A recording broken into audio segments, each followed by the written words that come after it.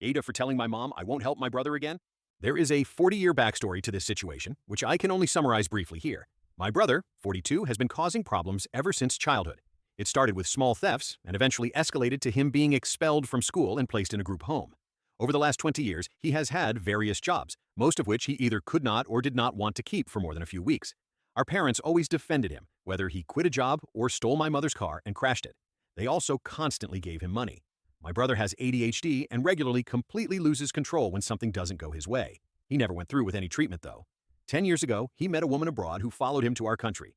They had 2 children together. They lived rent-free in an apartment owned by our parents. The police regularly had to intervene because their arguments escalated completely. A few years ago, they bought a house in the woman's home country with my mother's money and emigrated there. However, my brother would return during spring and summer to work while staying with our mother.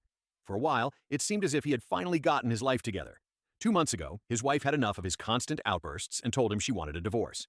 After that, my brother fell into a deep hole. He was prescribed medication and lost his job because the medication was considered a safety risk. I feel sorry for him, I really do. For weeks, he kept saying he wanted to admit himself to a psychiatric clinic, but they all have long waiting lists. Since he also repeatedly hinted that he might harm himself, I suggested calling the police so they could bring in a doctor who might have him committed to a facility. In our country, this is called protective commitment. He then called the police himself, was committed, and only a few hours later accused me of having him locked up. WTF?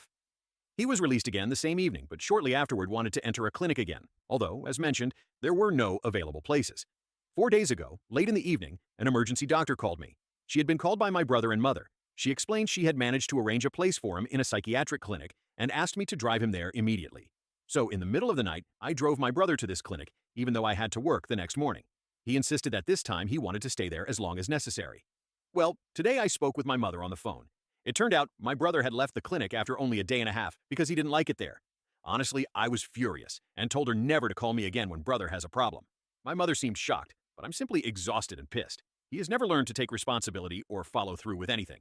I know he is not doing well, but obviously he refuses to accept help.